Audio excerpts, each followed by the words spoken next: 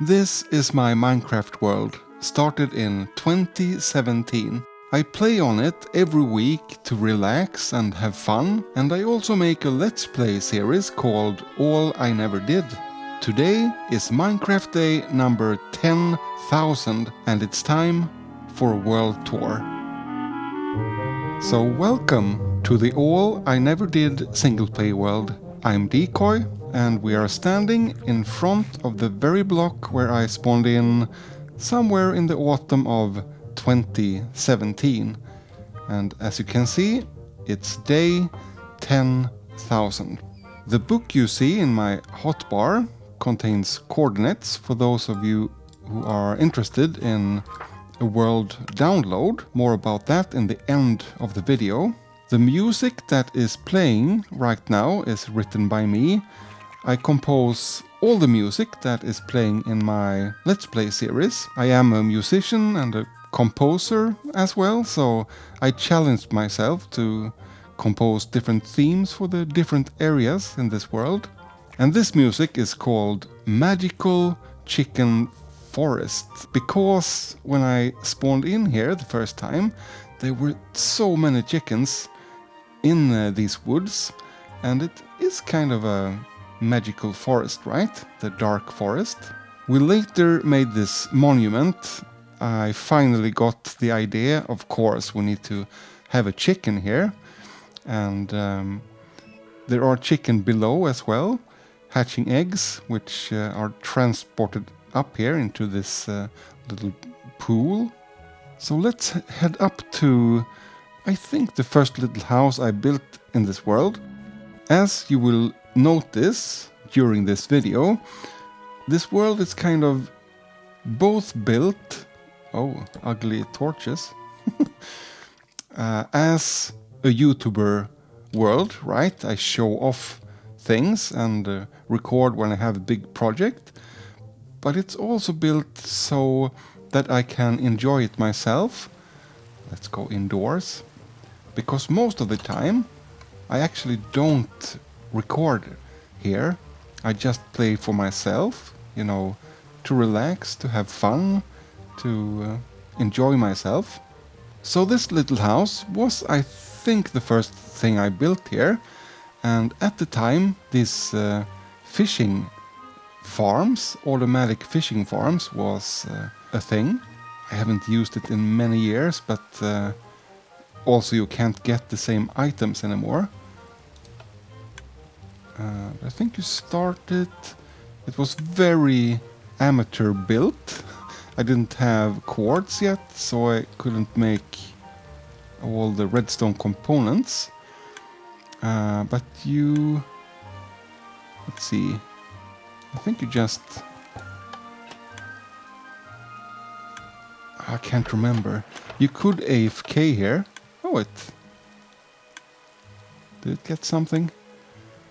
I don't AFK in this world anymore. I just did that a bit in the beginning to get some items.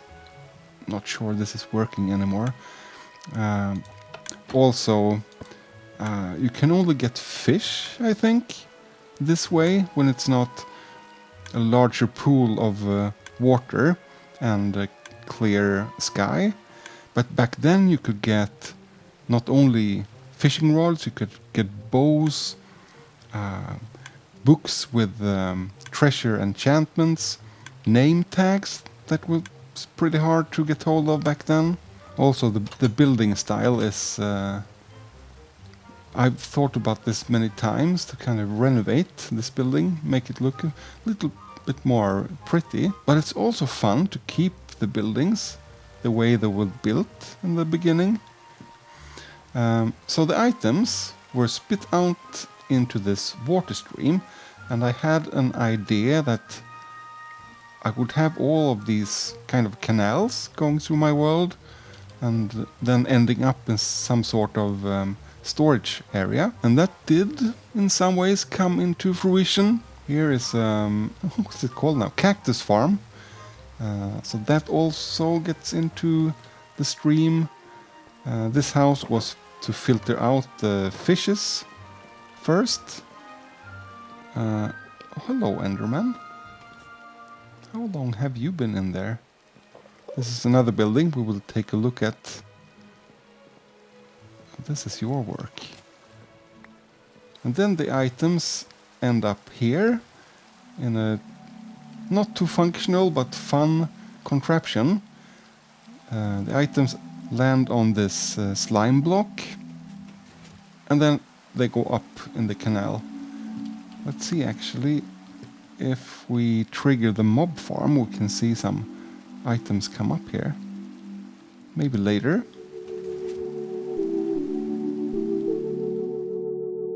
Then I build this house, my first home.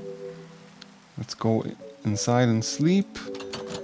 And I'm guessing my villager friend is... Oh, he's sleeping in his own bed. I'm kind of surprised he always stands here. Want to stay in this bed. I actually got this from an igloo, an early adventure. But as we are here, let's take some emeralds and use the villagers. This is actually pretty practical. I get my golden carrots from him. Perfect.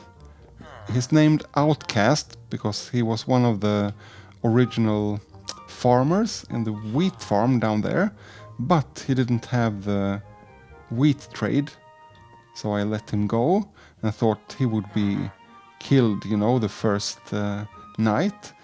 But he actually stuck around week after week out here, so eventually I decided to bring him into my house as a company. In here, this was the first map room, so every time I explore the world I bring maps.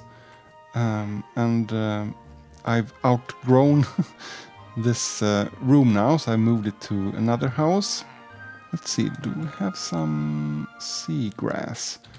I have a pet in here. Let's see if we can lure him up. His name is Skalman. It's from a Swedish comic. Do you want to say hello to the viewers? I had him up here for a long time. Eventually felt bad for him and built him this pool as an extension of the house. And now he never leaves it. He just swims around here all day. Downstairs, here's my first armor, by the way, the iron armor. And here is a map over the spawn chunks. The spawn area. You can see these lines. This is actually placed blocks just to, you know, to mark the spawn chunks, which is no longer a thing. So I think I will actually remove these.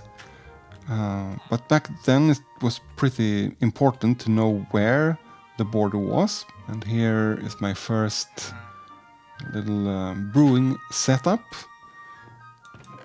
Or I guess it's my only one so far. I'm planning to build a bigger, better one, but I don't use a lot of potions in my world though. This is a book I used quite a lot in the beginning, because one of the ideas with this world was to catch up with my Minecraft friends. I knew so little about the game, so every time I learned something new, I wrote it down in this book. But now for many years I feel like I have caught up. So yeah, actually, what is the last thing I wrote here? Oh, this was pretty... You can only breed turtles on land. Wow, that was my latest episode. And before that, I'm guessing, yeah, very sporadically. Still fun to have as a memory. Oh. And here are the different music themes you will hear throughout this video. And if we go outside again, I'll show you my first pet, Slemmis, which I found down in the caves. This is version 3 though. Slemmis number 1. is up here. I accidentally slayed him. Very sad. Number 2, I don't know what happened to it. But number 3 I've had for a very long time. Hopefully I will never have to replace him. Always in a playful mode, right? But let's look at some signs that this actually is an old world. You can see the hill up there. It felt so tall back then. Of course, before the caves and cliffs world generation changes. And the sea here. Oh, this old bridge. I have to do something different in this area. But as you can see, there is no seagrass, no kelp, and nothing of the things added in the update Aquatic. Well, this is a mob I haven't played around with yet. And let's skip past some of these things for now and head up here a little bit, and you'll see a really old thing, namely an iron farm. Let's see, is this? Oh, he still has arrows. Ow! There is a nitwit in this boat, which I thought could be fun to do something with. And then this pillager also got stuck in the boat. Hopefully he's out of arrows soon. He has been in the boat for many years. But this old... I don't know if you remember how you made iron farms back in the day, but you needed many doors to... I can't remember the mechanics, but a lot of doors was the key to making iron golems. And they fell down here, it was lava. I was very proud of this farm. One of the first things I built on my own. Earlier, people had helped me, or, you know, I've used other people's farms on servers and things like that. But let's head back down and check out some newer additions. This stable. Yeah, this was the idea. This mule, snömula, snow mule, but it also means... Mula means rubbing snow in someone's face. It was a popular thing to do as a kid, but you grabbed riding the mule back from the ice farm was the idea, which we will visit in a bit. You grab an egg, throw it to the target block, it opens the doors here and you can go inside. Now you're trapped outside. It's the golden carrot. Welcome back inside. And what was the function of the fox here? Oh yeah, now I remember. Sometimes when you throw an egg, you create a baby chicken, right? And the fox's job here was to eat the baby chickens. So we don't have more chickens around here. That is not needed anymore either, because with no spawn chunks we can have as many animals here as we wish, I guess. Yeah, like this goat. I guess it's named. Yeah, Bruse from a Swedish children's tale. I don't have to name the animals anymore. But yeah, this was my way to decorate the first Nether portal. I later added in the newer additions as well. As you can see, they have diamond swords. Pretty original, right? But I had an idea of dark versus light, I think. I also had an idea of using speed potions in the Nether, just running around in my tunnels. And for that, hello again, Enderman. I made this semi-automatic brewing setup. Let's see. Yeah, splash potion of swiftness. Let's see if it works. It should add the ingredients one by one. And yeah, look at that. I'm somewhat of a little genius. Let's have a look on the back here, just for my own nostalgia. Yeah, water bottles, you can fill up empty ones here and throw them down into this hopper. And here's another look at the cactus farm. Nothing special. Ooh, did you see that? We have some cacti. That looks really nice. I think I have to go back to this idea with the water streams. Of course, there's no iron coming from there anymore because that kind of iron farm hasn't worked since the Village and Pillage update. So we need to replace that with something so we can see items coming here now and then. Just adding life to the area.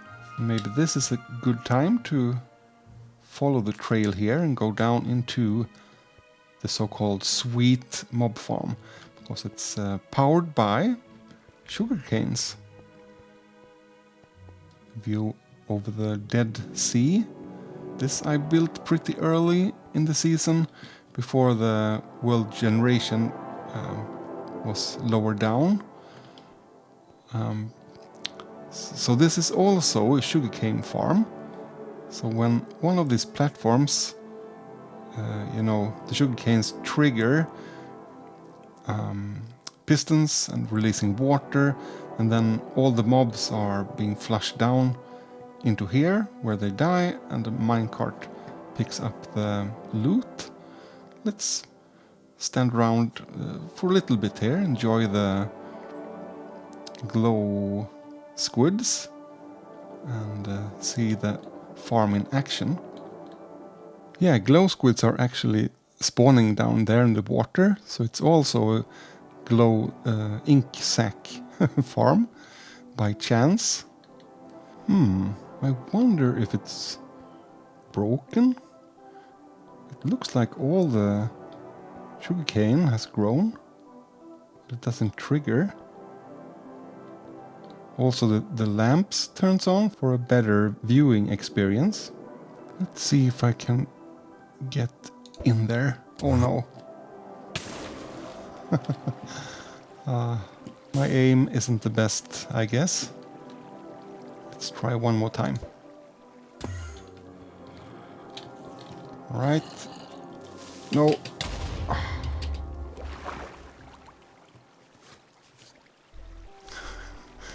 We had one sugarcane at least.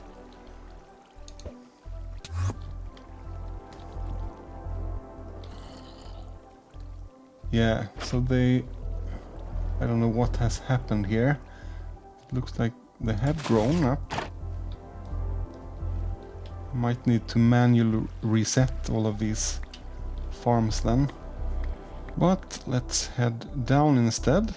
Look at the inner workings and work our way into the mines. Is there still a minecart going? Seems like a lot of stuff has broken. It stands still there. Why?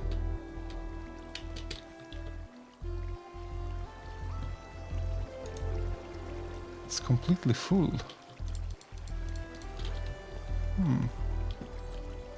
Something has happened, apparently, with unloaded chunks and stuff like that, I guess. That's why I've seen so few mob drops coming up the elevator lately. Good thing I did this world tour. Can get these at least. But let's move into the strip mine. This is level 11. The level you always use to mine before the Caves and Cliffs update. One of them. So I branched mine, or whatever you called it.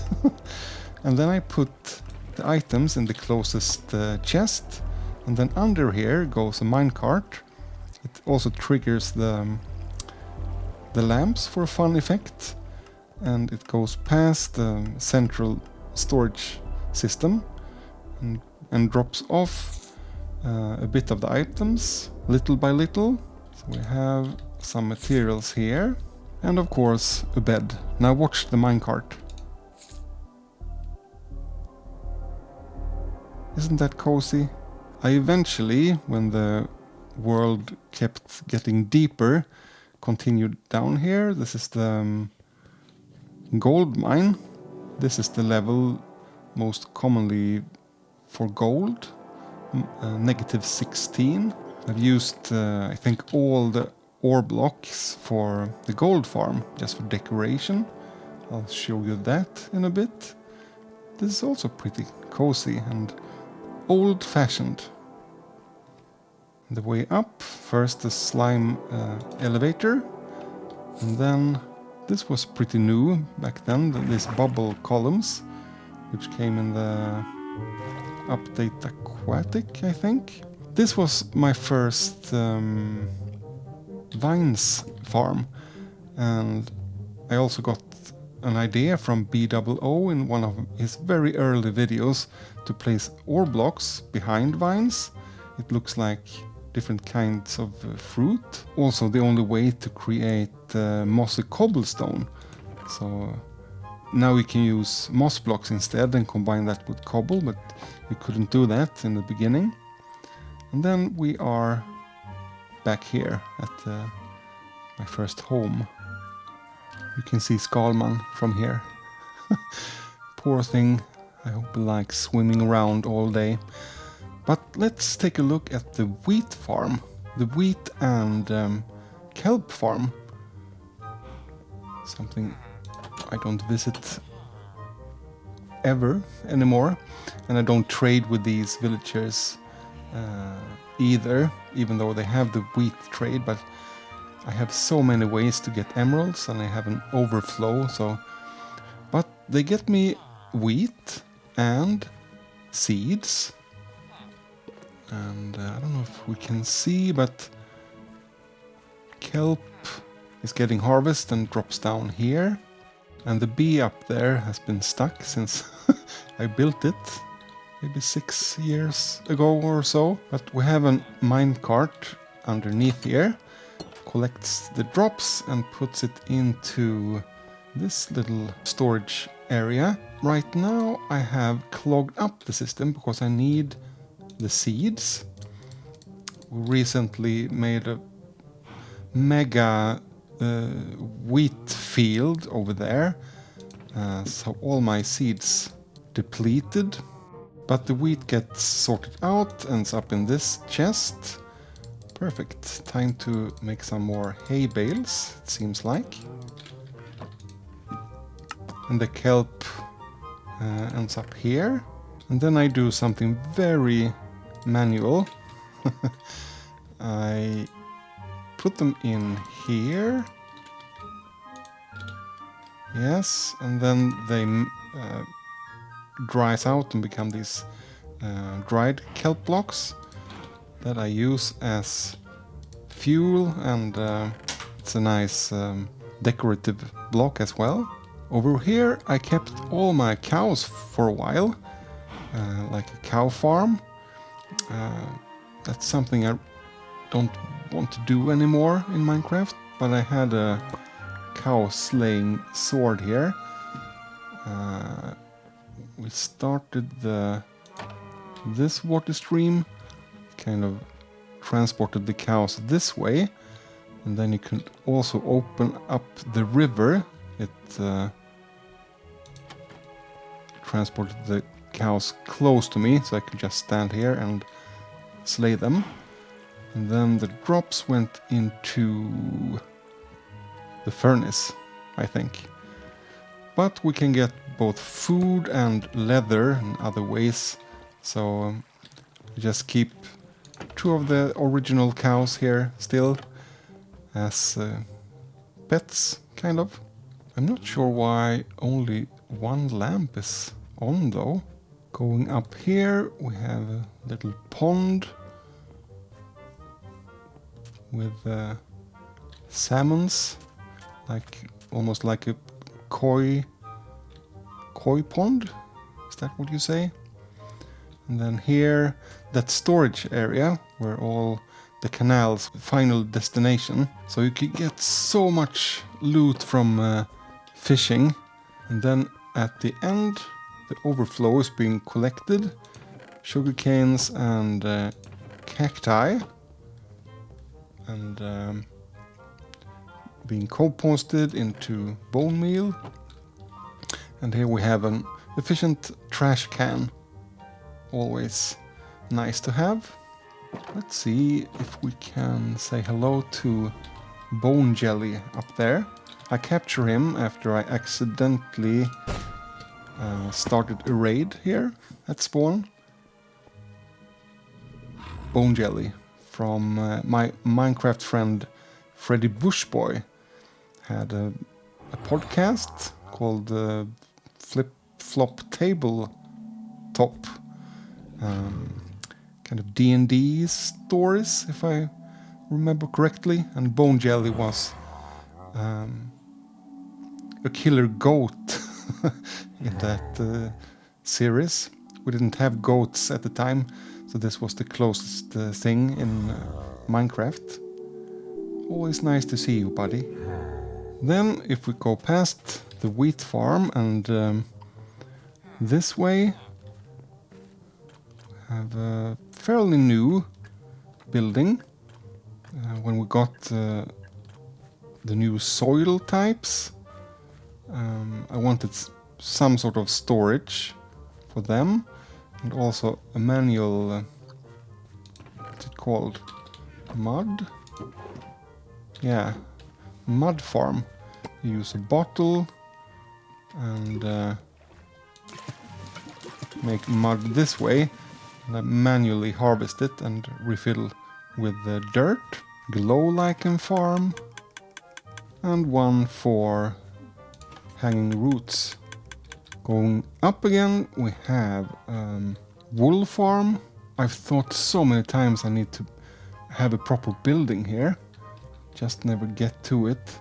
Every day at night time, if I have this activated, it will also fire fireworks. I thought of it as a way to know that now it's time to go to sleep, and also it looks kind of nice. I think I will activate it just by pulling this lever so we can... maybe we're out of fireworks. Here we can manually shear the sheep. But I think... Oh, there we are. There we go.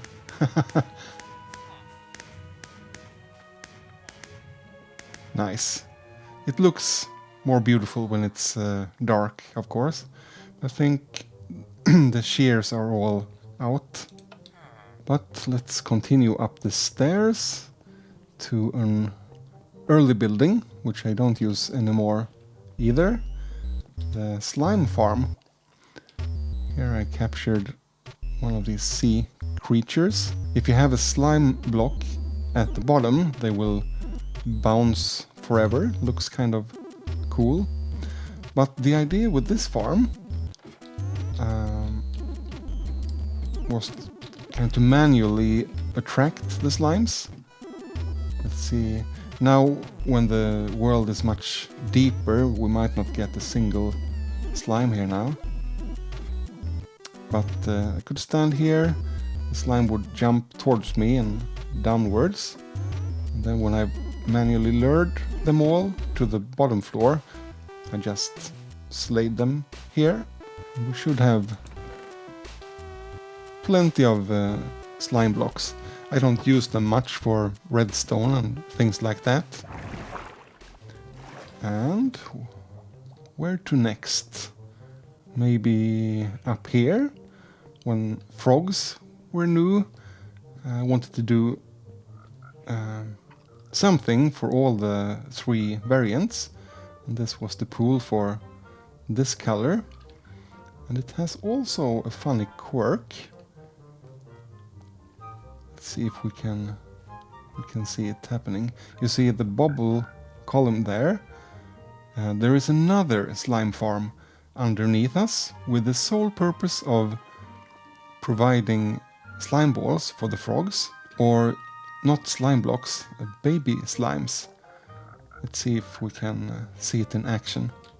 And again, this is just outside of the spawn chunks. You see this border, the stone wall marks the previous border. And I wanted a lot of animals just outside of the border to prevent passive mobs to spawn inside. It seems like some things actually have broken in my world. I have to look into that some other time, but you can watch my old episodes if you want to see this working. As you might notice, there are diamond ores in the walls here. So I had an idea of making this into a diamond mountain. These ore blocks are very rare, I think, nowadays. But because this is an old world, I can find these at level 11, as I showed you before.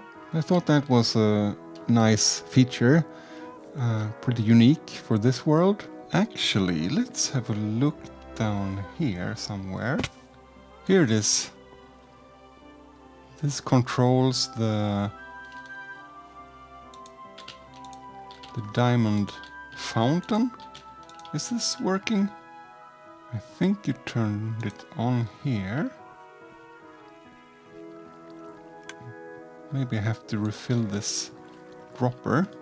Yeah, let's grab some diamonds. New recipes. Whew. I guess I decided to not have it on all the time. There we go.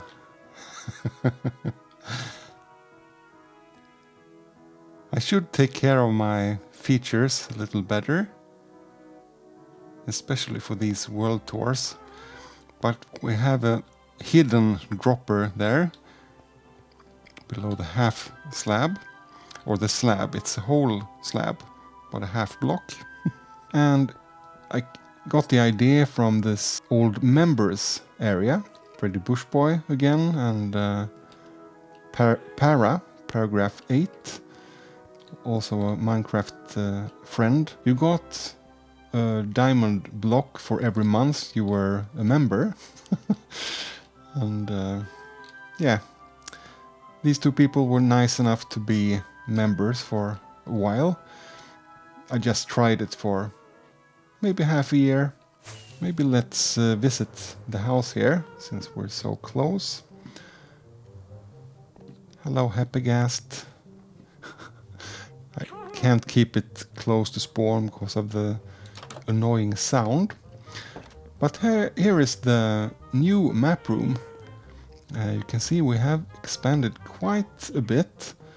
And every time I venture out, I bring maps so I know what I've already explored. Now for the world download, I have pruned a lot of this land to make the file smaller, but in this world, the real survival world, I want to keep every land I visited the way it is. Sometimes it's fun to see the borders where old generation meets new, and sometimes features get discontinued in the game, and then it's fun to have, you know, old land where things you can't see anymore is still present. So here is the mansion, Darkwood Mansion. These two buried treasures, and ocean monument, and trial chamber, I believe. Let's go to sleep. And we have some other memories here as well. Now, why do I keep parrots here, you might ask? Well, the idea is, you know, the parrot farm we will visit in a bit. will produce parrots. I bring them over to spawn and they provide life and movement, but somehow they always fly this way and end up on this hill. So the ones who have flown far enough, I keep them here in the mansion, and then eventually when I've gathered them all, I will fly down with them again to the center of the spawn area. Here we have a dog pet, Teddy. That was the name of my dog when I was a kid. We need to go on more adventures, I think. You sit here way too much. This part isn't finished. I have a problem finishing projects, as you might notice. Let's just see one more time if we can see any slimes here. Oh, there are actually slime balls there. So it is working. We just didn't see it in action. Well, with the power of editing, I can show you a picture right now because of the flashback replay. And then let's fly into the wolf zoo. Fairly new addition as well. Here the idea is to gather up wild wolves. I don't want to tame them because then they will just, you know, sit here, and also they will have the collar on. So it's quite a job to travel around the world gathering up the different wolf kinds. So that was the rusty wolf from the jungle biome, whatever it's called. We have the striped wolf, the woods wolf, I guess the most common nowadays. They are hiding. There you are. Beautiful. And the chestnut wolf. So I tried to mimic the biome as well in their squares. Flying this way a bit, we first have the portal. This is, let's see if this works. You can turn it off. Pretty cool, huh? For me, who is not really a redstoner, I'm always pretty proud of these contraptions. But nowadays I always keep it on. Oh! Wait, wrong button. Oh, my pigs. I almost forgot about them. That's also to do with the spawn chunks border. You could see they were parked outside. So whenever I went over to the parrot farm, I transported them out of their house inside of the spawn chunks, where they could be to prevent other passive mobs to spawn. And when they were outside, parrots could spawn. It's complicated. I'm pretty happy Minecraft discontinued the spawn chunks idea, actually. So this is the button to turn on the... yeah. And then the copper aging platforms. We built up the walls here recently, but the actual platforms are several years old when we first got copper. So you place copper items in these places to age them. We have a copper helper, of course, and I love to do this, have specialized storage areas for different items, so not everything is centrally stored. You travel around the world to get the different items. And then we are inside of the castle, or keep, or whatever it is. It's it looks pretty amateurish. I kind of built tower for tower and kept expanding. It looks a bit strange. I think at some point I want to renovate it a bit, keep the blueprint, but make it look a little bit more professional. This here in the middle is, as always, a semi-automatic tree farm. So let's get something that we need more of. Birch was pretty. Well, take some oak. Take 10 of those, and then maybe cherries. So I often just plant down the saplings here, and it can grow when it grows. There is no rush, but you can also lower the platforms. I don't think I've tried this on the cherries. We'll see if it works. And here the smaller trees. And then start bone mealing. Yeah, it did work. Then manually cut down the trees. If you want, you can get some leaves as well while you're at it. And the rest will just decay. We'll get the oak. Then we'll raise up the platforms again, so it's on the same level. Release the water. And everything will be collected in this tower. Ends up in this chest. And I manually sort it. I don't mind that at all. And go to sleep. I still like this design with it was all the wood variants we had at the time. I also keep adding these towers when there's a new update. We have cherries there. I haven't made the pale wood tower yet. And in the beginning it was, you know, here I went to the end, went into the Nether, I conquered an ocean monument, and this roof is just a mix of wood types. I should add the new in the new, it could look cool. And inside of every tower is a villager. So this one is for tools. Verktygssmed, the toolsmith.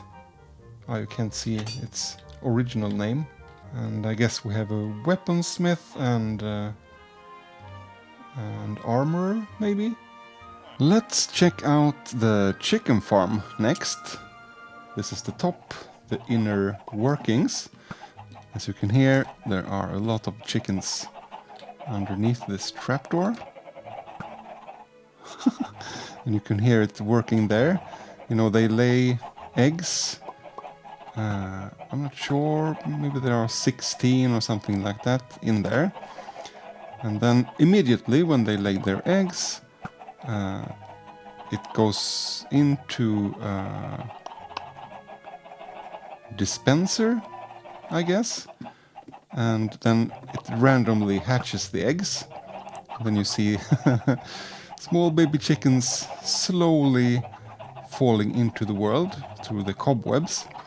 And it's calculated so that it will take 20 minutes for them to reach the ground.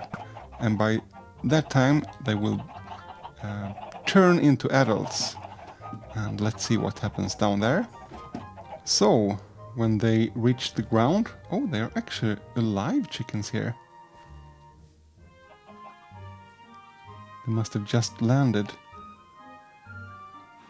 Why are my ocelots hiding? Well, the idea is they fall down here. There we go. And the ocelots take care of them. And that way we can collect... You know, I don't need more food really, but feathers could be useful for written books. Look, just turned into an adult. And under here, I think I've turned it off, but we have a minecart. Lever on, which if we want to, we can collect all the loot from on top there. It goes into this chest. And while we're here, let's talk a little bit about this river. When the Lush caves were new in the game, I decided to decorate this river with those blocks. So we have clay and this drip leaves and moss and so on. Also the glowberries, pretty nice at night. The firefly bushes is of course a newer addition. And also this hill here I landscaped in an episode. Very interesting, useful skill to train up. We're back here, I just want to sleep. One thing I missed to show over here is the little bee house. When I built when bees were new in the game.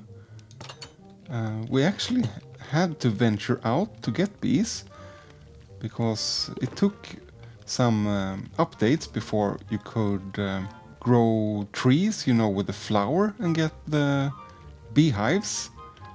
In the beginning you had to find new land and hope for bees to spawn. We have a proper honey farm for the honeycombs. This I just use for the bottles. You can make honey blocks. I don't really use them. As I said, I'm not a redstoner, really. This small farm is just enough. And here we have some flowers for the bees to pollinate. So I think we've covered everything in the spawn area. So let's head a little bit over there to this boathouse, which is a replica from a boathouse I saw when I was out strolling in close to my hometown.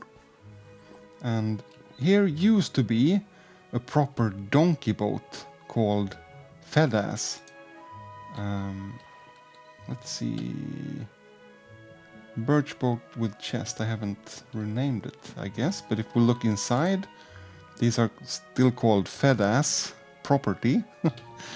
So, well, it's a tragic story. But I had to remove the donkey from the boat. And then I upgraded it, so to speak, to this chest boat when that was introduced into the game. But I really miss having a donkey boat. This is not the same thing. So maybe in the future we might return to this classic format. And because I had this donkey boat, FedAss, for so long, I made a little retirement island for him. And also went and got his parents. This is either mom or dad trying to escape the island. Oh, that might be FedAss himself. Hello, old friend. I saw the chest there. But you know, you can access the chest and use it for transportation. FedAss is the only one who wants to stay on the island. His other parent is also on its way off the island.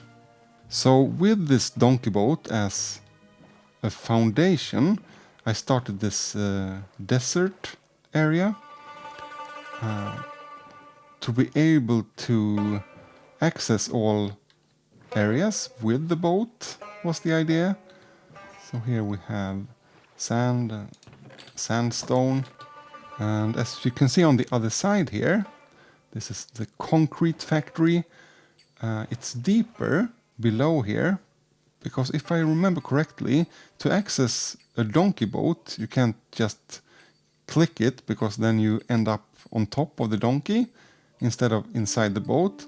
So you have to go below. So that's why I made these deeper squares. But let's take a look inside here, since we're here. Organized, of course, by color. the powder and the concrete. And here is the maker. I guess you'll have to watch my latest episode, the one with the modern beach house, to see this in action. I don't want to show it so soon again. And back here again we have the Allays, which is part of the tragic story with FedAss's boat. It took so long to find these. As I remember it, I traveled around for months, and then when we returned here, I had two, I think, and one of them flew into the boat. So it was occupied with FedAss, the donkey, and the Allay, so I couldn't use it. And that was before you could duplicate them. So that's why, I destroyed the boat and to keep the Allay instead. That was a mistake, I realized afterwards. And moss was also pretty new in the game, so I thought it was cool to make kind of an oasis here in the middle of the desert. The Allays, I don't use them very much. They are helpful, but also kind of in the way, and I don't know.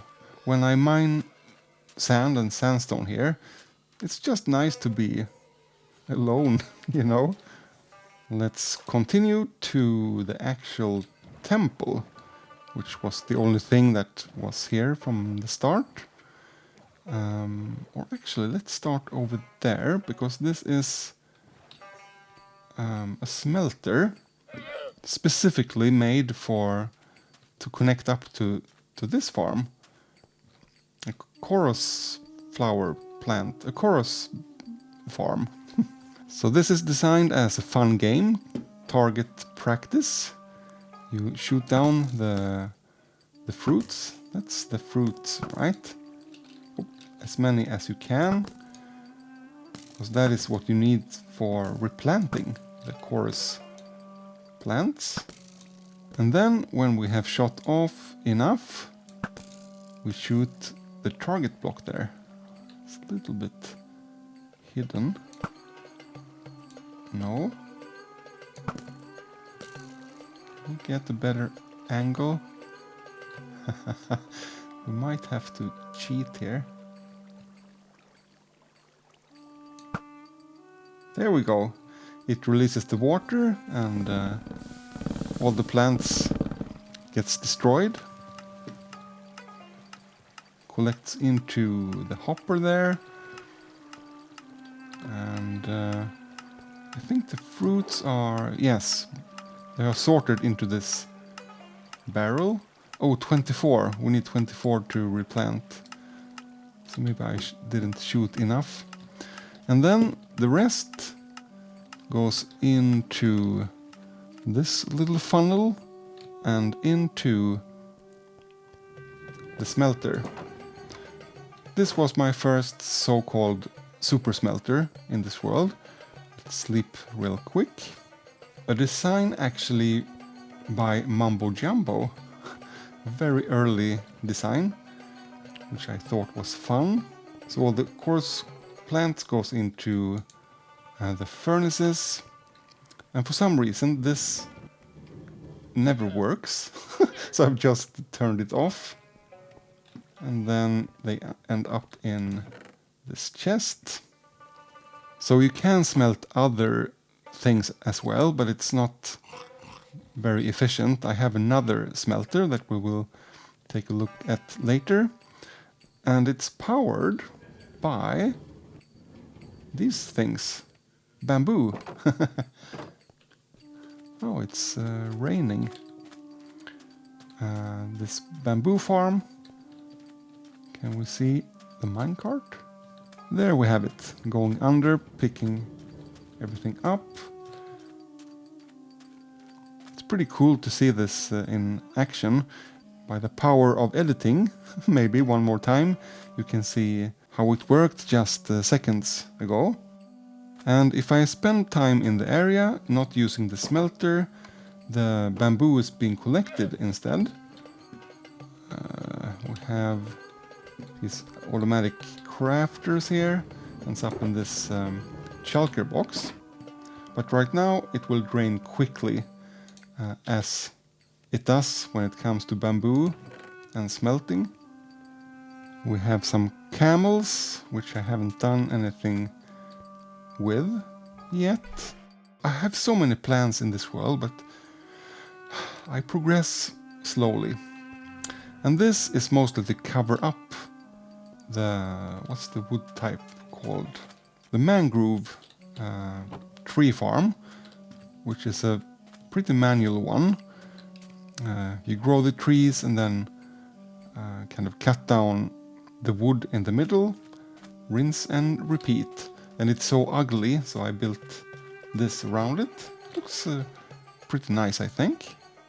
And this is the backside of the first house we visited here in the desert area. A chest for putting in sand and sandstone. I mine around here. And when I have the Allays helping me, I put on... It's supposed to be a note block here. Yeah, there it is, the click sound, which makes them throw the items here instead, so they go into the same storage area. I might just quickly show you as a future reference. Here I've tried out a design for a wall as a border to the savanna. So this is the actual border. This is desert and that block is savanna. So I tried a few different designs here. So in the future it might look completely different, but this is kind of a first draft. But if we fly over the hills here, this is actually Savanna Plateau. This is what they looked like before the terrain expansion. We come to the latest addition to the world, the modern turtle house. Hello friends. Let's see if we actually can sleep. Probably not. Set the spawn only. But this is decorated with sea pickles, because we have a sea pickle farm, turtle eggs, of course. I wanted to add some farms I didn't have. This is for the sea pickles. A very simple one, but exactly what I need in this world. And an aquarium here with tropical fishes. Pretty nice to have. Here we have the turtle master potions we get from the turtle shell, the turtle helmet. And this is a seaweed, seagrass farm. You just cut the seagrass and it would automatically replant it. So you can just stand here, shearing. And over here, a little viewing area. When we hatch the eggs, we get baby turtles in here. And that is, of course, the main feature of this house. To make this egg farm and scoot farm. When the baby turtles grow up, they leave their scoot here. It goes with hoppers into this chest. And then we'll let them out. So no suffocating turtles on my watch. So this area is populated by many turtles, which I like. Lots of life here. And I kind of decorated it like a beach. Floating turtles. Let's actually sleep and look at the rest later. We have the opportunity to look at the firefly bushes. Turtle helmets. Yeah, so the turtles crawl around here. When I breed them, lay their eggs close to where they were born. Is how the mechanics work, and I just collect the eggs manually. Little security trapdoor there. Now we can sleep. Now it looks more like a beach as well. Kind of want to go for a swim, right? And little beach bar here for your friends. And barbecue grill. A mojito, please.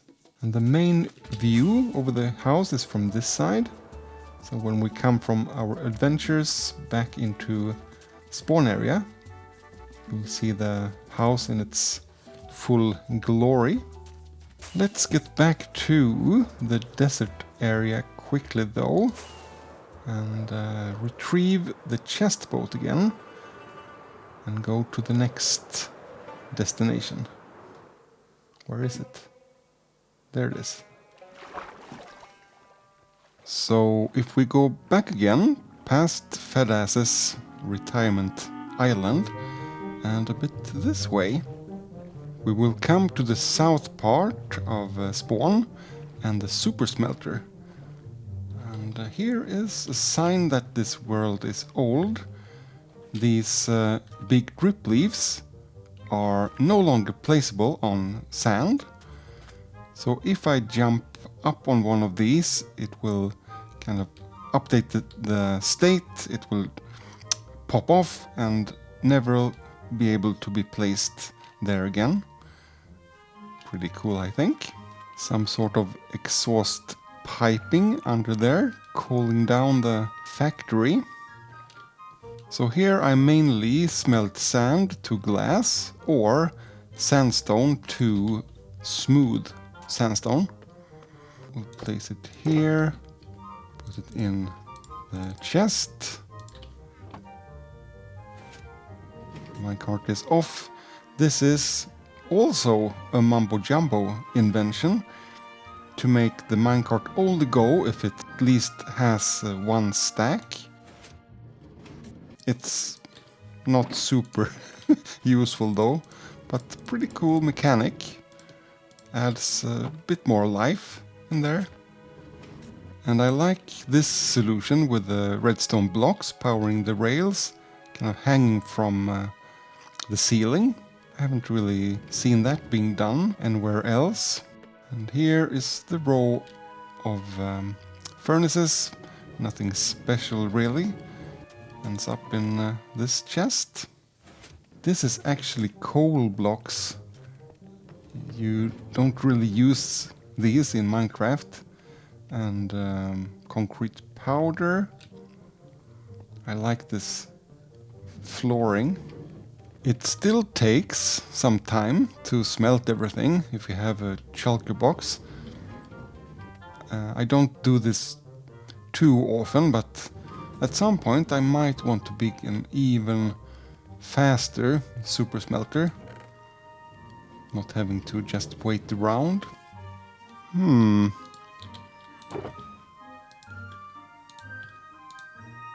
Aha!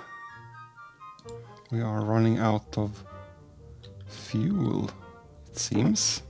But let's bring this box over to the Parrot farm.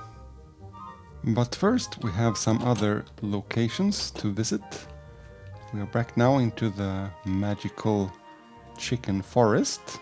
Over there you can see a bit of the ice farm. This is Bruse, I think. Hello, Bruse. Here is the old border, spawn chunk border. Hey, why not? You can play with the rabbits. If you remember, these things, the bundles, the recipe. Okay, better to keep them attracted than scared, I guess. The recipe was originally rabbit's hide and string, I think. So that's why I collected all these rabbits to slay them for bundles. Kind of unthinkable these days. But I had an idea of kind of transporting them into a neighboring area and very humanely slaughter them there. I don't know if these sounds are new. I like it. Hello, friends. But speaking of the ice farm, let's go a bit this way. Here we have one of the 3 frog kinds. I just like to have a reserve of them somewhere. So this is the green kind, and here starts the pathway to the ice farm.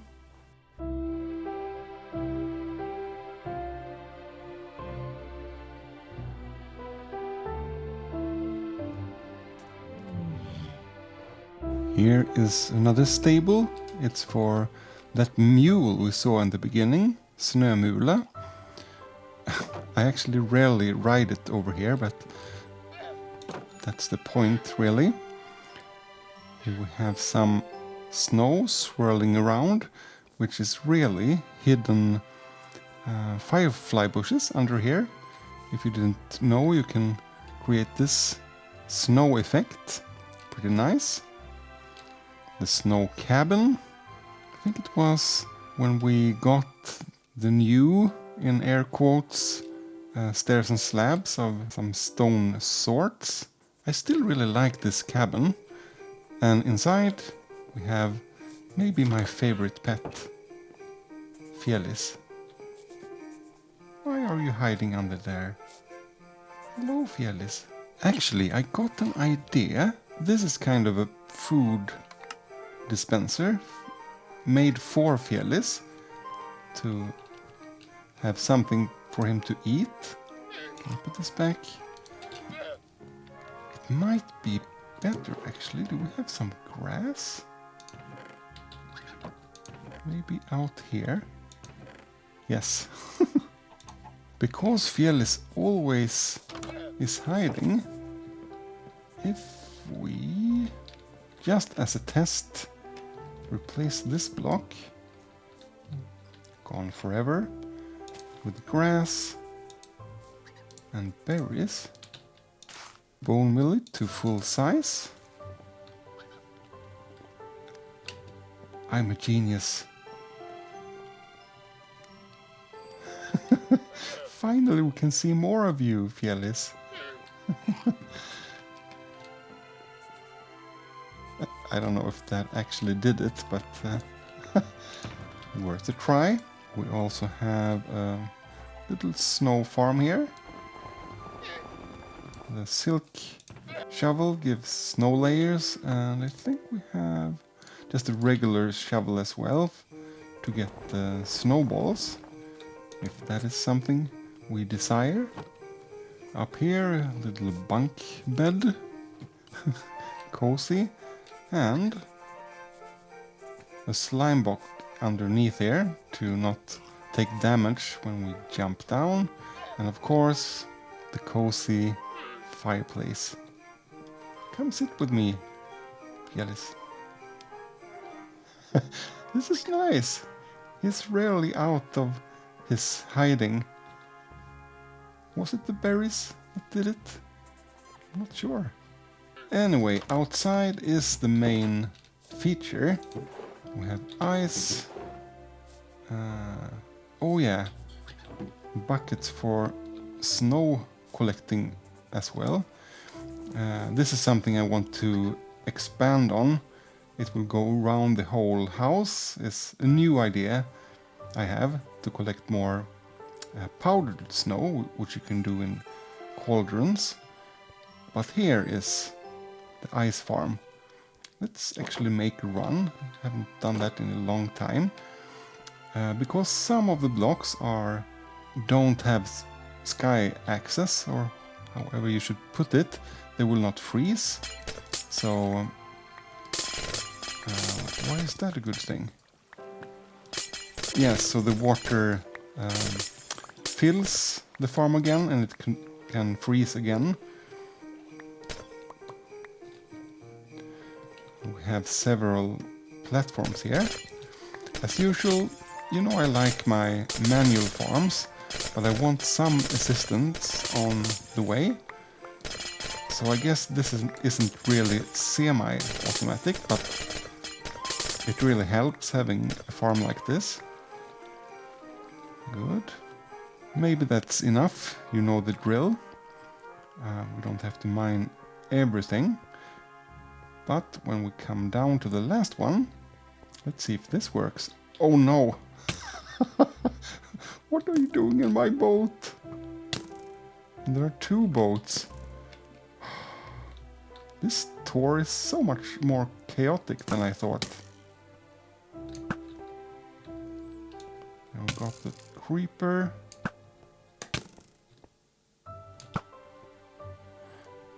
I read that they fixed that aim. They are unnaturally talented in hitting, even though they are turned another way or falling, things like that. Alright. So I think... let's put these back. It should be in there.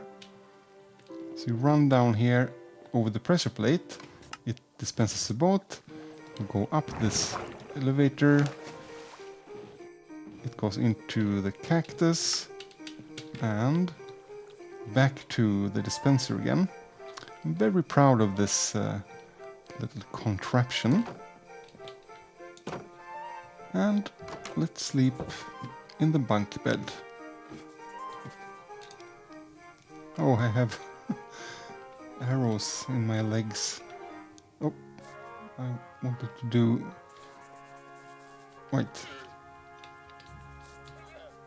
No. Like that, yeah. There's the arrow. Keyboard amateur.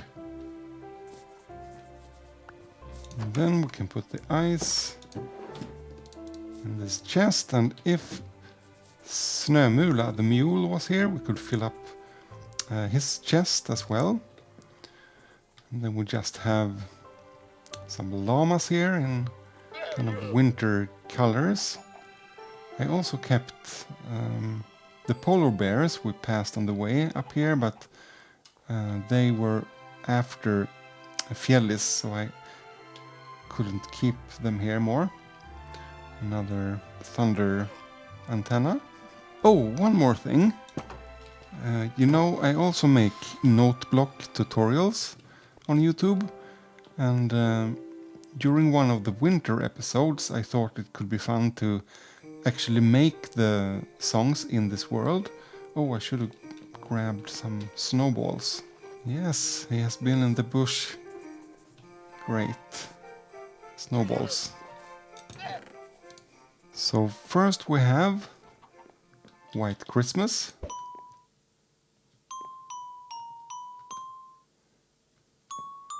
Very Christmassy. And Deck the Halls.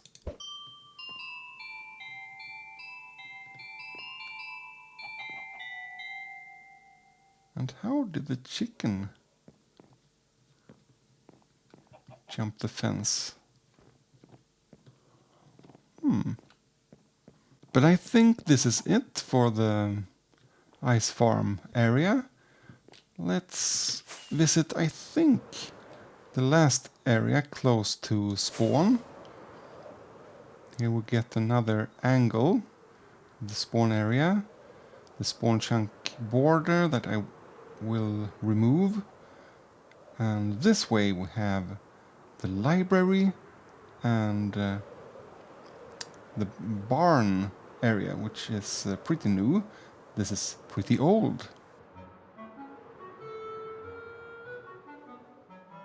So we can just enter through this little canal, but the more fun way, and the way I used to bring villagers into the library, was like this.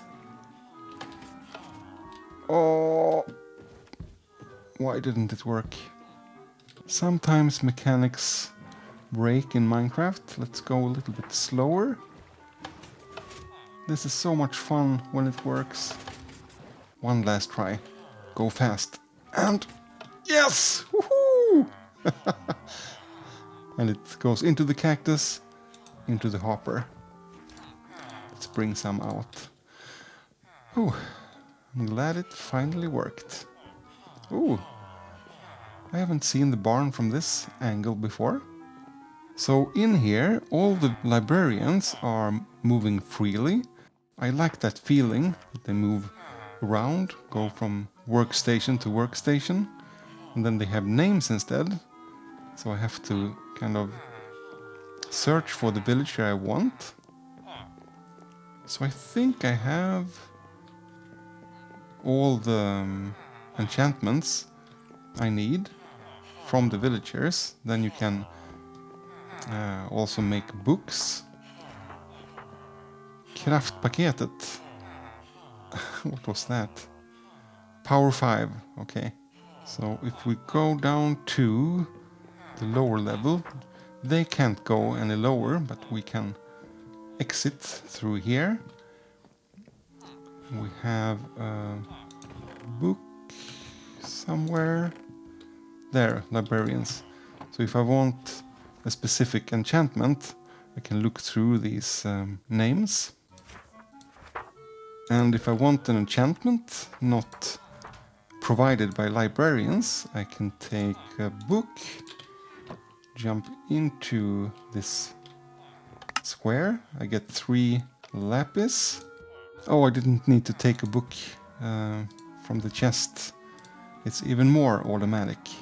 And then we can get something here, if we want. And here we have a lot of books organized. Since I last modernized the collection here, we have even more enchantments to add to the collection. Need to do that at some point. Cleaving, I don't think that was just in the experimental snapshots. Or was it ever added to the game? Can't remember now. And here are, yeah, for tridents, so on. Swift Sneak might be the last one to be added. I still need to do a bit of work here on the outside, but I've at least laid out how the roads would go. And I leveled the ground here. It's completely flat, and I think I regret that a little bit. You want your crop farms to be as flat as possible in real life, I guess, but here it looks too artificial somehow, so I might add in some curves maybe. But this is what the vegetation will look like when I have the energy to add it in everywhere. Looks so much nicer and more natural to have grass and other plants and so on next to the wheat. Here we have pigs. Collected these when we got the new ones.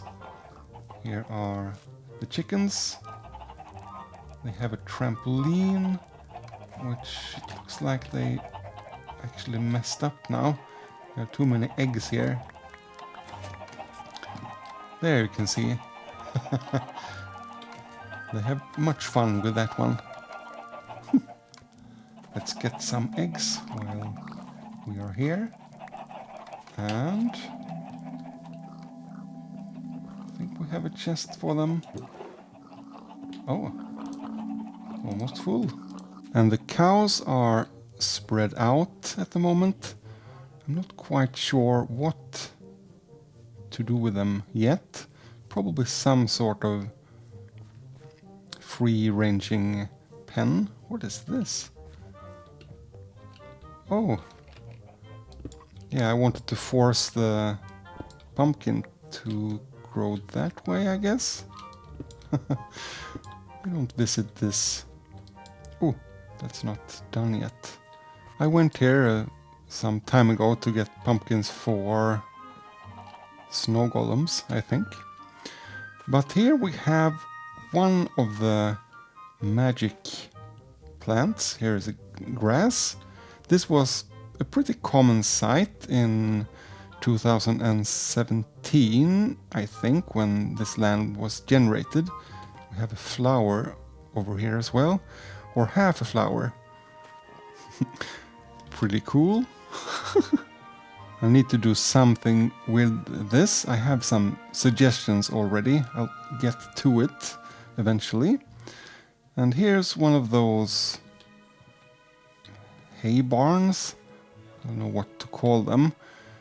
But at least in Sweden, these kind of buildings were kind of common.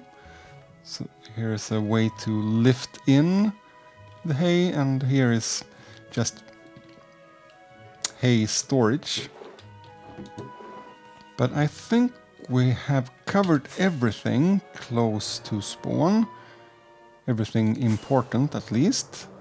Let's do fly over here. And then go into the Nether, and then over to the Parrot farm. This is a bit of a mess.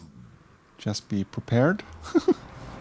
I've wanted to rebuild this so many times, I'm just not getting to it. Here is Dr. Fläskkotlett, the evil Dr. Porkchop from the Toy Story movies. And if you remember the speed potion setup we had in spawn, the idea was to either take Dr. Fläskkotlett here or just run by foot. We press the button and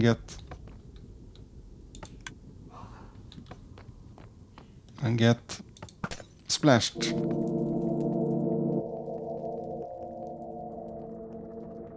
But I'm much more comfortable with just tunnels. So here's another mess.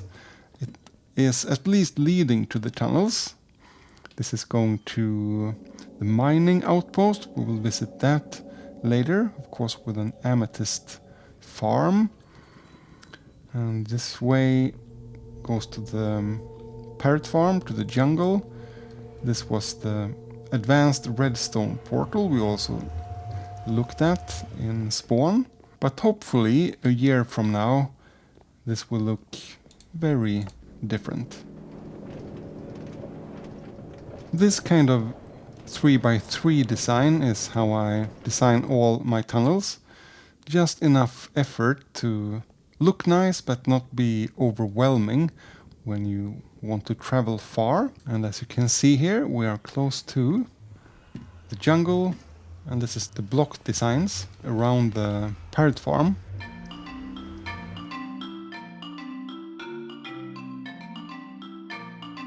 And the first thing that meets us is the actual Parrot farm, which is not working.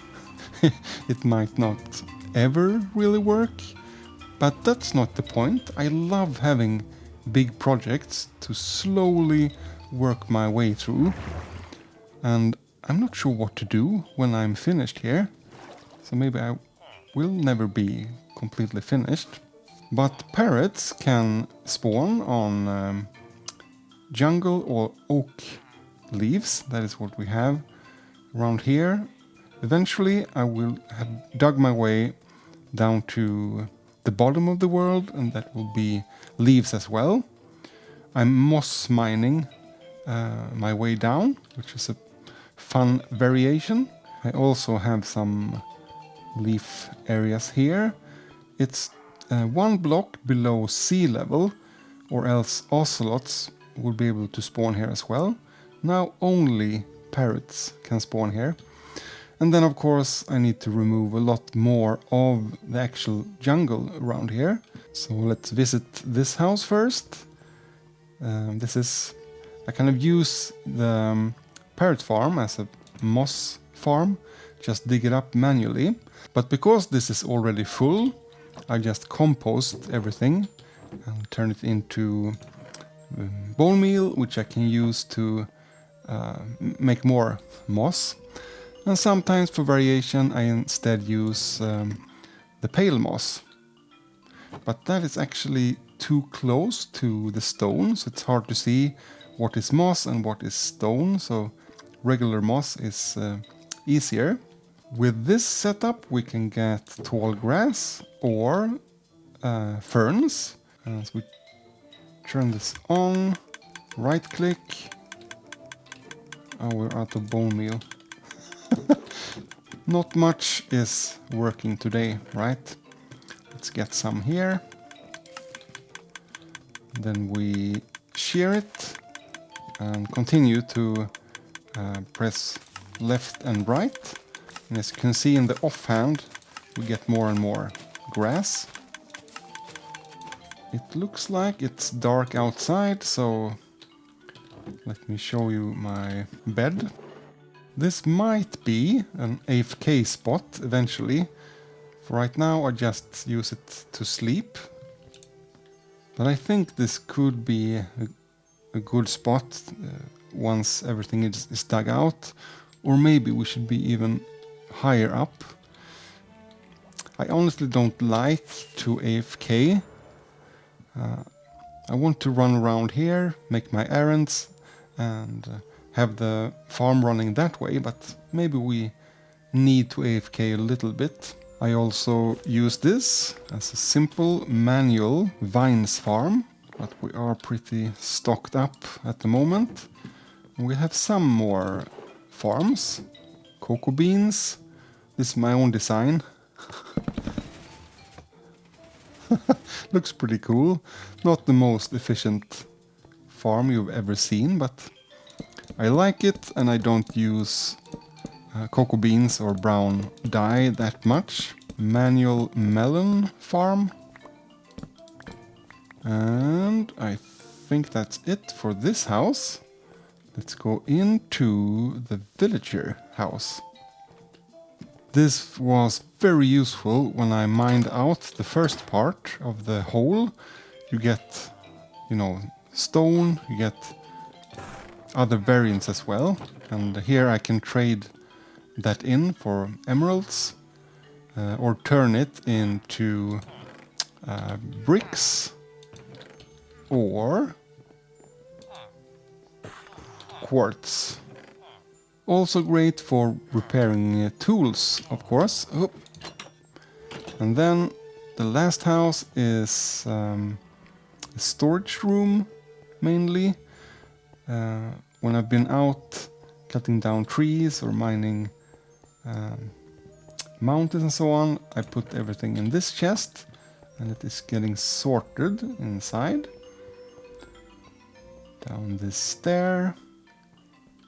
And the line is up there. We have stone, of course, some other stuff we collect on the surface, and then also a waste bin. It's empty here now, but we can just turn it off like this. It goes into the cactus and is being destroyed. And a little view over the parrot farm from here. Oh wait, I almost forgot. We brought smooth sandstone. Could leave the shulker box here. As you can see, these walls are all smooth sandstone. And I think we are running out here. Okay, it's a bit left still. Well, we can have 2 boxes here.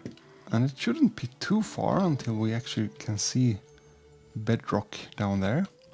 Exciting times.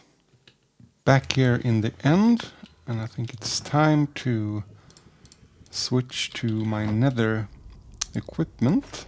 And let's take the next minecart a bit this way. And here we jump off. I don't have a station here, but it's not far to the actual station. Here we can run fast because it's soul sand underneath here. Let's see if it is nighttime. It isn't for once. So this is the temple area. I moved over here and started these buildings when we got the new terrain generation. Higher mountains. It's quite a view here. And over there you can see the next place we will visit, the Terracotta mansion. But I still really love the surroundings here. I've done some decorations, but we still have lots to do here still. And that is how I like it. It's sad when an area feels finished, so I don't ever want that to happen. But the main feature inside of the main temple is gunpowder farm, a creeper farm below. They come up here in this funnel, in these pipes, and it's not too efficient, so I just have a hopper set up like this. So if it is clogged like this, none of the reeds, what are they called? Sugar canes can come through, because I want some of it to make paper of it, to be able to make rockets. And if we take the gunpowder out, of course the sugarcane is being filtered instead and turns into bone meal, which we also need. And now we can sleep to this beautiful sunset. On the other side here, this is mostly a storage house.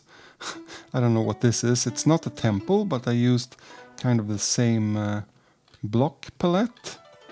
When mining out and building and so on, you always collect a lot of blocks, so this is just a way to sort them in here. Another map over the areas here. We need to get that panda. I have plans for a panda pen on that side, probably. Will look beautiful eventually. And I came up with this stone pattern, which I really like. It looks natural and varied enough, and it's pretty easy just continuing this this pattern. So we have moss closest to the grass, and then yeah, you can see for yourself. Going down the stairs, it's not finished, just stone. But here we come to the actual creeper farm. I need to rebuild this because I realized these platforms are too close. So when the creepers are getting angered by the snow golems, they go towards them, right, and fall down. That's the idea. But because it's so close, sometimes they explode and kill the golems. You can see there are a lot of golems missing. So I need to rebuild all of this. Oh, creeper. And on the sides you can also see the sugarcane farms. And if we go this way, we are back to where we started. There's the portal. And here is my third frog pen. This was the first I built, I think. I built it too shallow at first, so they jumped out of here. The good thing about that is that they jumped up into the eyes of this. This is a frog face, and that looks pretty cool. I think that would be hard to accomplish without that mistake. Oh, actually, I should show you my flower farms over here. This is something I will rebuild, I think, because I don't like how it looks. It looks strange, the blocks I choose. But the idea is to have one of these buildings for every flower kind. So all of these grass blocks only give us red roses. Let's see. We can make just a little bit of bone meal maybe and see it in action.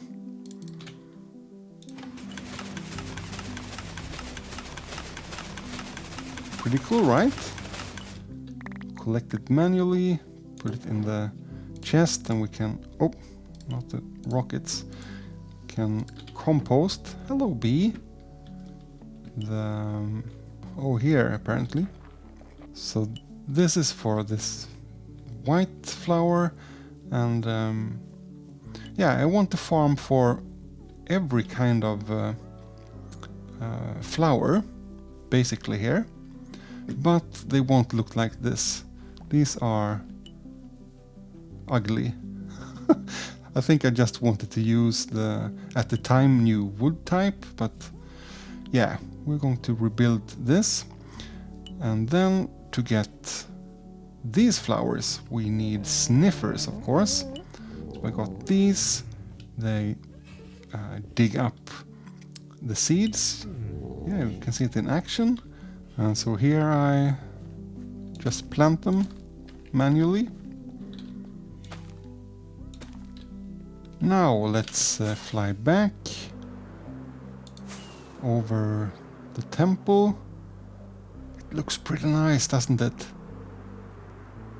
I need to get back here soon and continue building.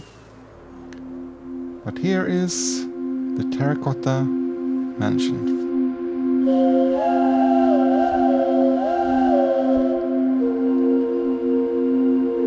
And also the Terracotta mines. I choose this area specifically for this view. Looks pretty cool. And we go up to the mansion itself, built by Terracotta. Now that I've lived with it a few years, I realize I need to add more detail, variation to it, but it's a nice foundation, I think. We have the storage area here. These are the terracotta blocks you can mine with the color already on. And these ones are the colors you need to craft yourself. And what is in here? Regular terracotta and some... oh, the new sherds we haven't placed for yet. I need to expand the museum, actually, which we'll take a look at after we sleep. A lot of sleeping in this episode. Not really interior decorated yet in this bedroom, but not this room either, but most of the other ones are.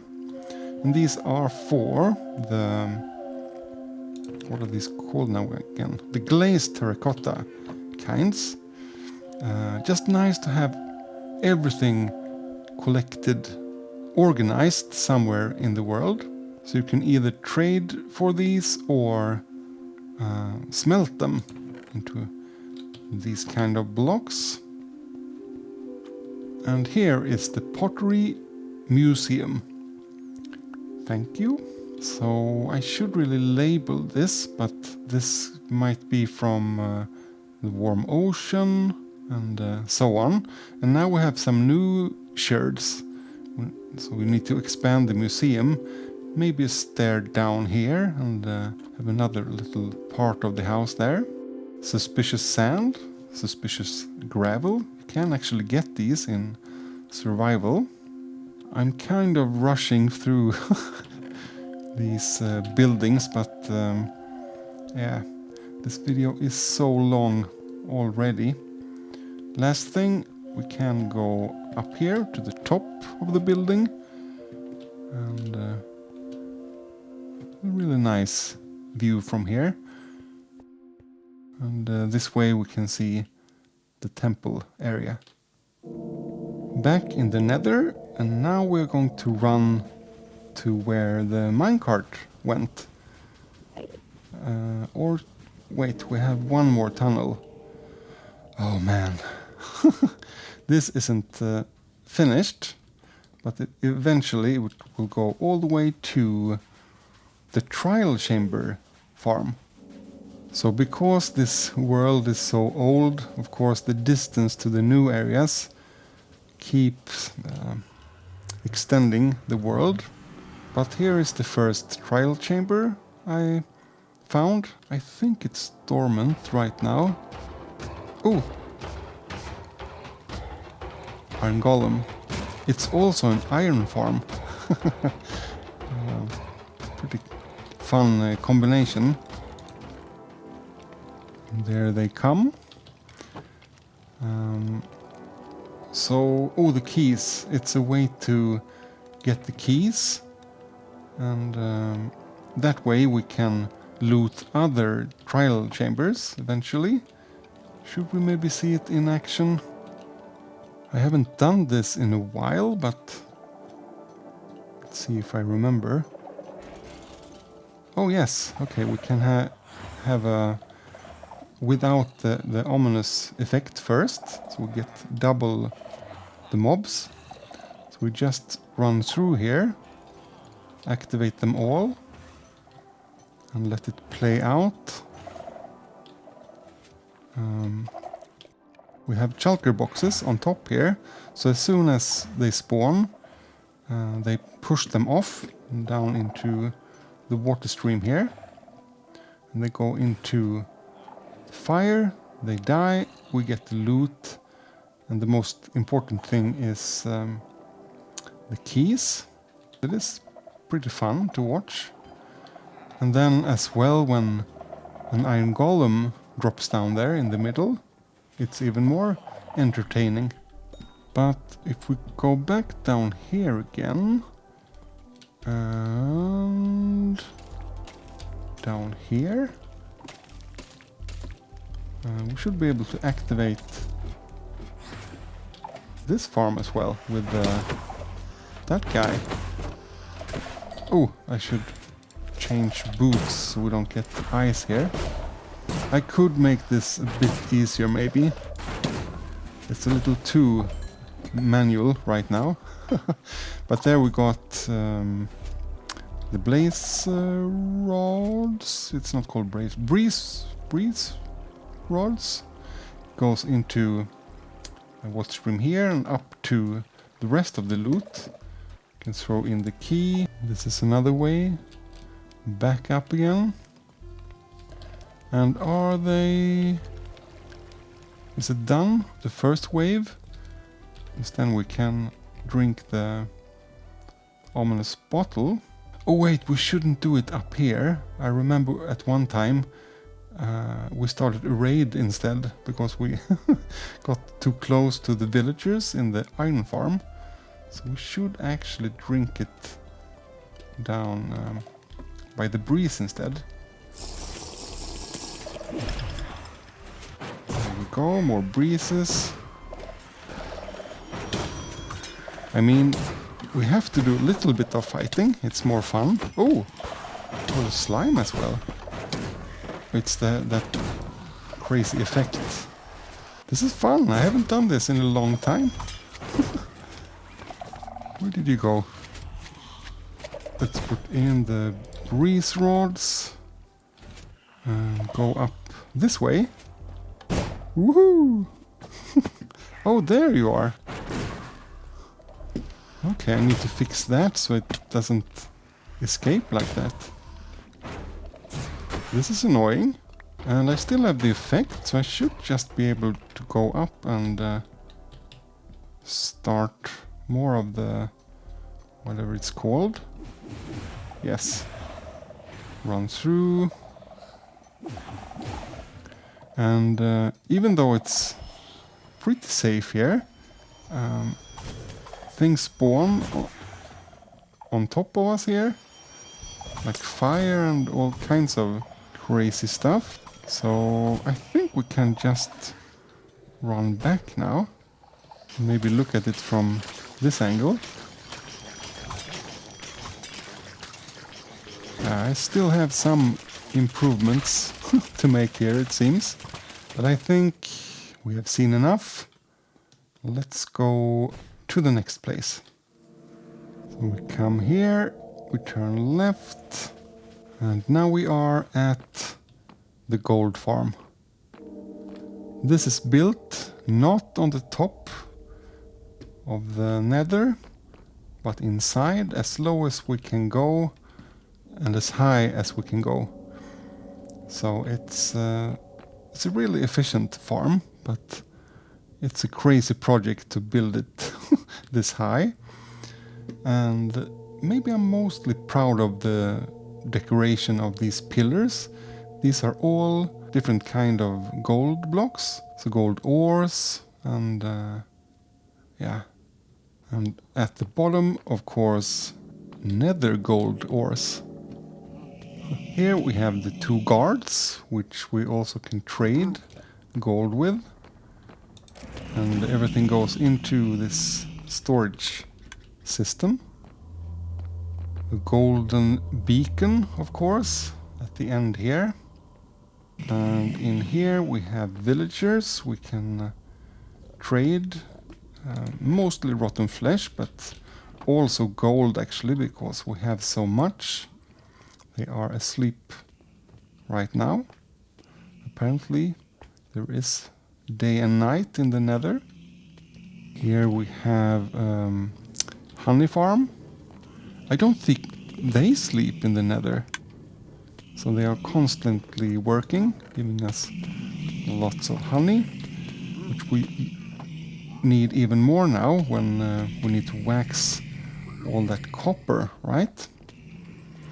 And here is a smelter. We put in... Oh, I haven't been mining for a while, but apparently put in netherrack and also basalt, and it is being smelted here. We can also turn, lock the hoppers and take out what's in the furnace and get an insane amount of XP if we haven't done that in a while. And as fuel, I use lava buckets, an efficient way. And in here is a farm for, hello Andy,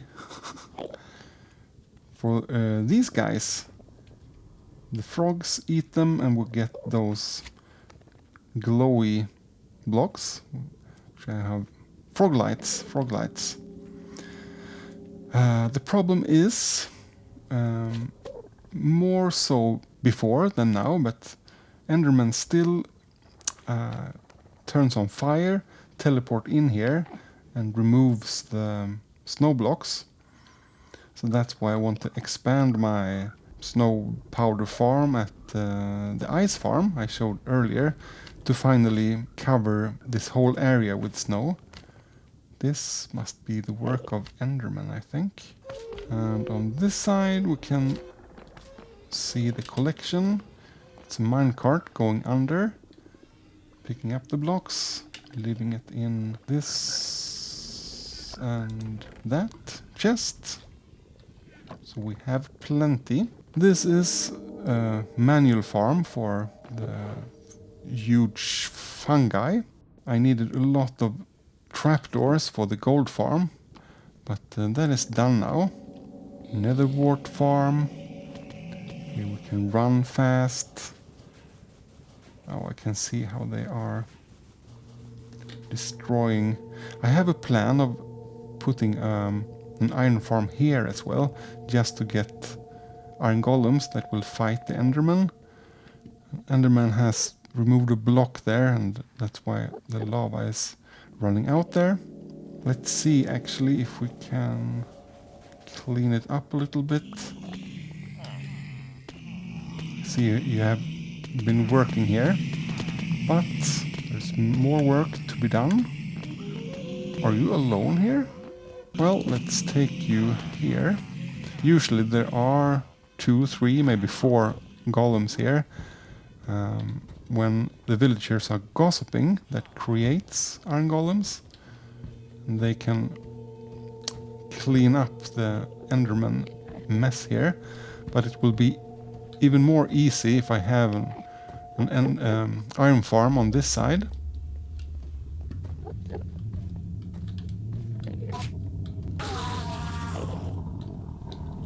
Good boy. So as you can see, I've dug out this whole area. All of this was covered in netherrack and other materials before. Mostly it's carved out by hand. Some of this I used TNT, but it just felt too messy. And I will continue to expand this square.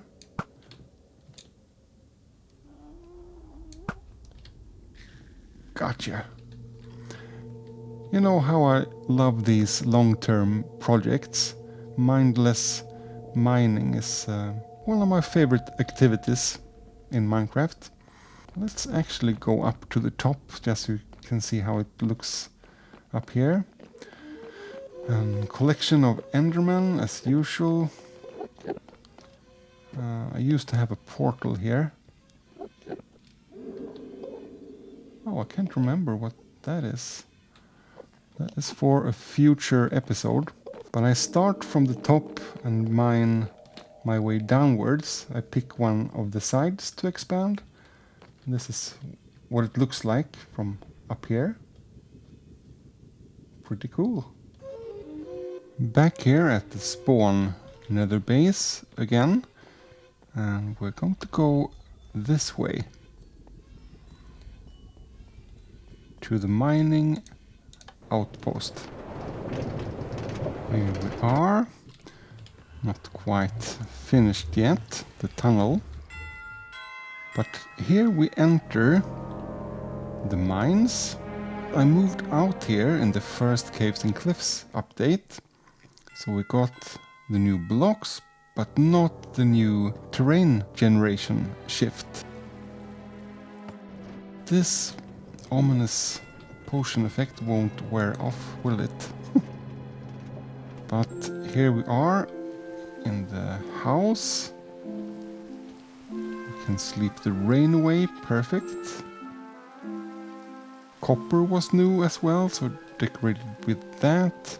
And was inspired by kind of the new ore block appearances. Oh, we have speed here. So here we have kind of a blue room, the gold block, green, yellow, and so on. Here's actually one of the 2 deep slate emerald ore blocks I've found so far. I don't like this potion effect anymore. Oh, llamas! Do you have milk?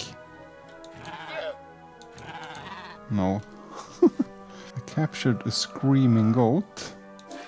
Oh yes, perfect.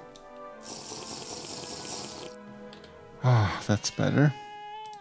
But here we can see the beacon inside of the mine. We will visit shortly. Kind of like this building. And the actual house is... it's almost like a church. I don't think I intended it to be at first, but it just went in that direction. Okay, let's go inside again and then into the actual mine.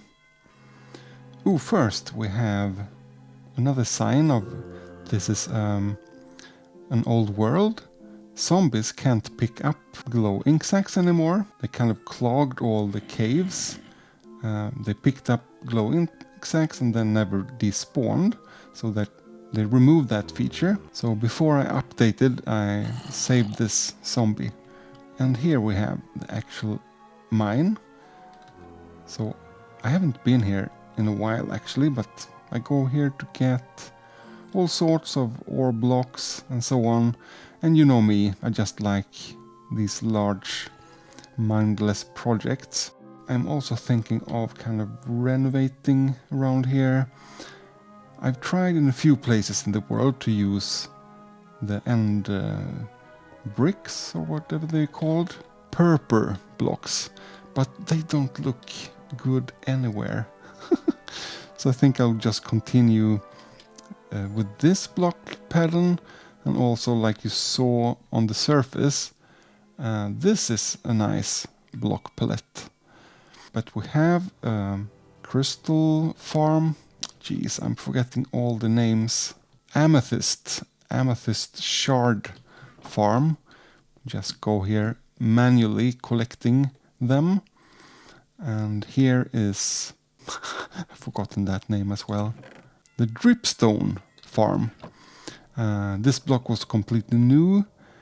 back then, so this was a cool farm to build. I think we press this button and we need to be fast. Yeah, looks kind of cool. The minecart picks up all the ripstone and brings it back here. And then we need a powerful filter because we mine so many blocks here. And here I trade for all the stone.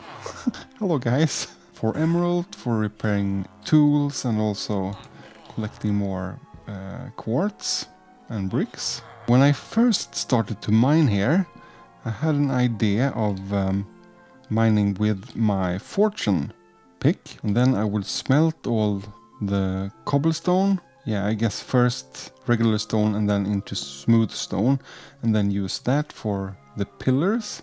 I don't really like the looks of those either, so I have started to remove them in the middle, and then also smelt all the ores into different ingot, especially iron, but it wasn't really efficient. An iron farm is so much better. So a common theme for all of my areas. Lots still to be done. On the way back now, and let's jump off here and go this way. This old strange road. I have some roads in the Nether, but I think they will all be replaced by tunnels eventually. But going down here, we come to this portal that leads to the Stronghold. This is actually pretty cool. It generated in... Oh! I didn't know you could spawn there. I'm actually thinking of removing the silverfish spawner. It just feels wrong, you know. But the Stronghold actually generated in the ocean, in the update Aquatic. So I kind of transformed the building into this. So you can see up into the ocean. I think the idea was actually to have enough silverfish here so that more wouldn't spawn. But apparently that doesn't work. Let's jump into the Nether though. Woo! Here is the spawning platform.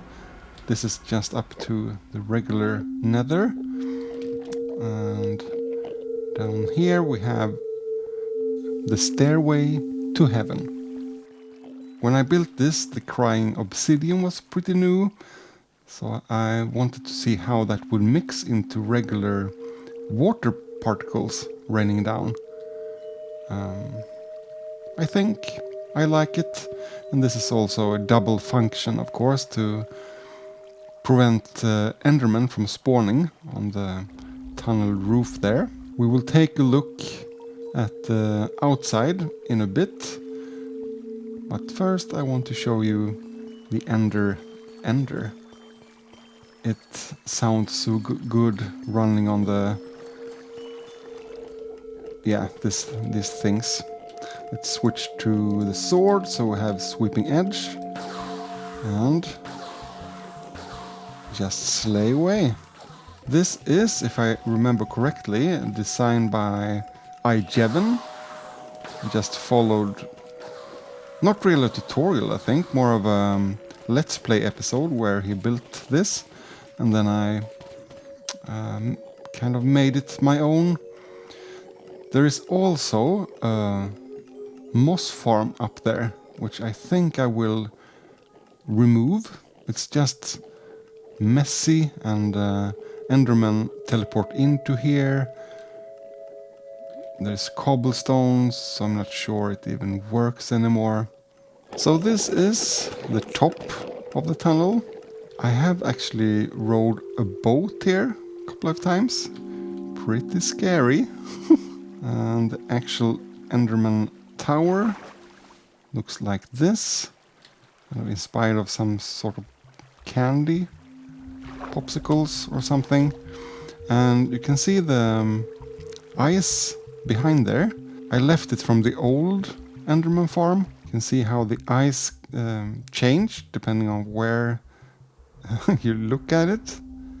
It's not as efficient now as it was before, but I think it's still pretty funny.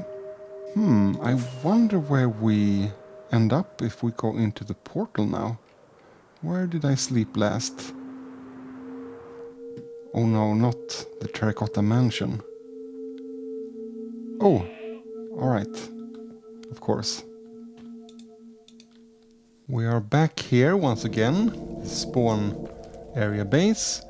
We will go up here to the nether roof in a bit, but first we're going to go through the building and out on the other side. Maybe let's splash ourselves as well. Oh no, out here as well. But before the nether update, I started to decorate the surroundings here with nether wart. That was all we had. Later I added in these trees when we got nether wart blocks and so on. But I didn't really... Do I have the nether boots?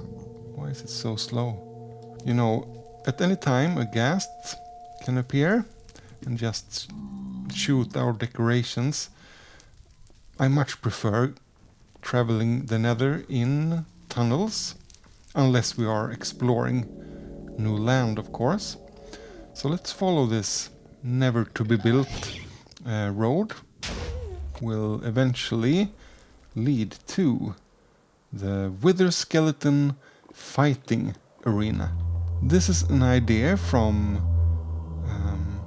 a server member, a server called the Ripple Effect, which I was a part of at one point. His name is Carlock. He kind of designed this fighting arena, I think. Let's see, is it in here? The Wither Widowmaker. This has smite, so it will kill the undead mobs better.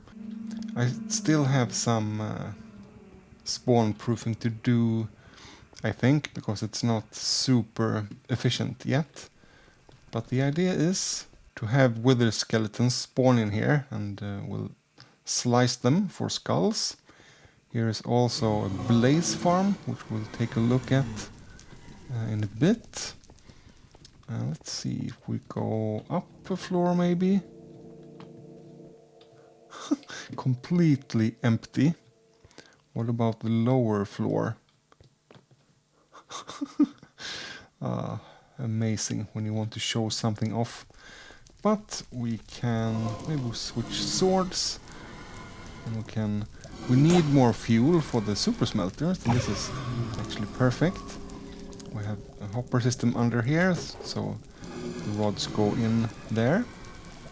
And this is some sort of mechanics with the vines, which make them go down but not up. So I'm not going to stand here right now. I can come back at my own time, so to speak. But a little bit of fuel for the super smelter at least, and do we have some spawns here? Incredible. I have gotten a lot of with the skeleton heads here. This is the top view with the blaze farm. Let's maybe just fly away a bit, back again, and see if that helps. This was the first nether fortress I found in this world, so it has a special place in my heart. Nope. I guess you'll just... some blaze... Oh, there's one! So you just have to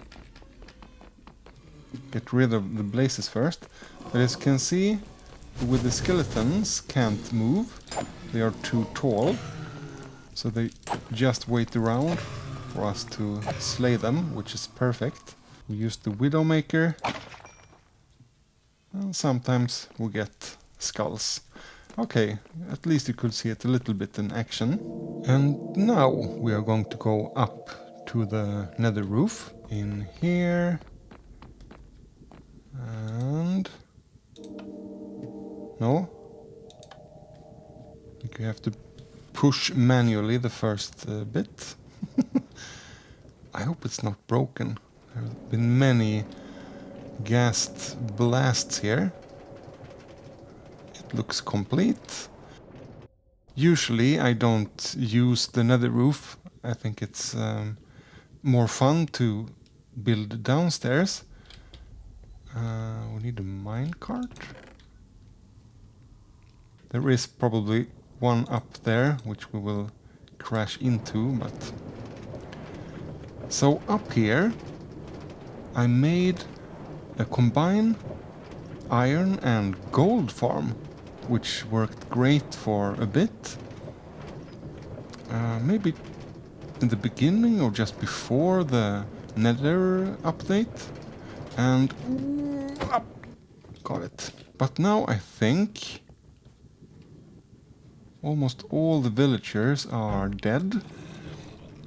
I think when the piglets started to spawn in here with bows, they tried to shoot the iron golem and accidentally shot the villagers instead. Before them you only had pigmen, which would attack the iron golem. The iron golem would attack them, so we got both gold nuggets and iron ingots.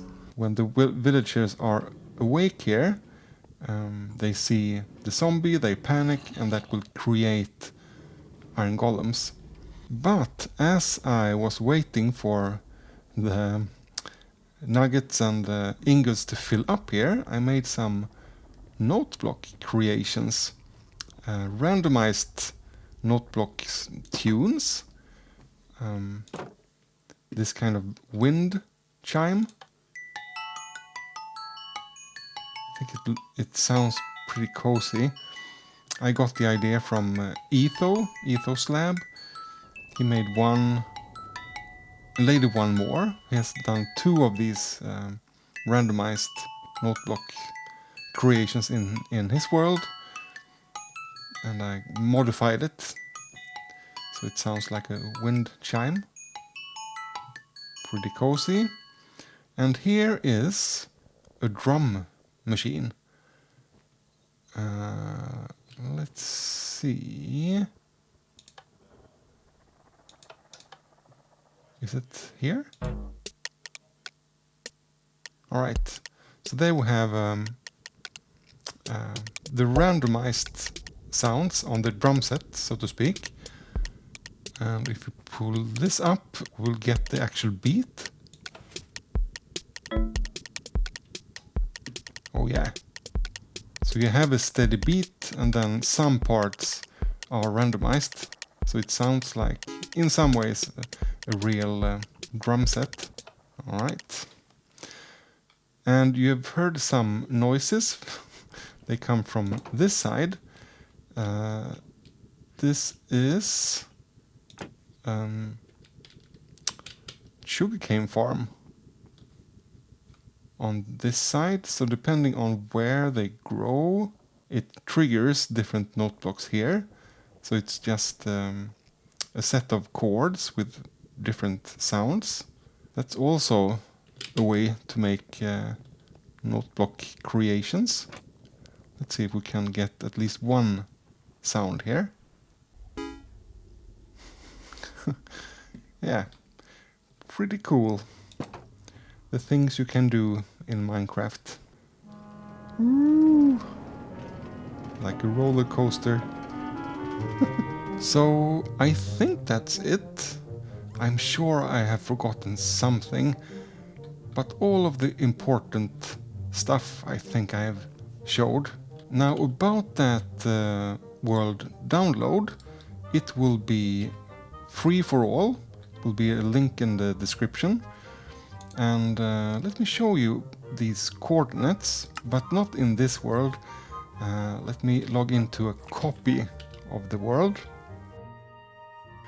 This is the world you will be met with. Much smaller size.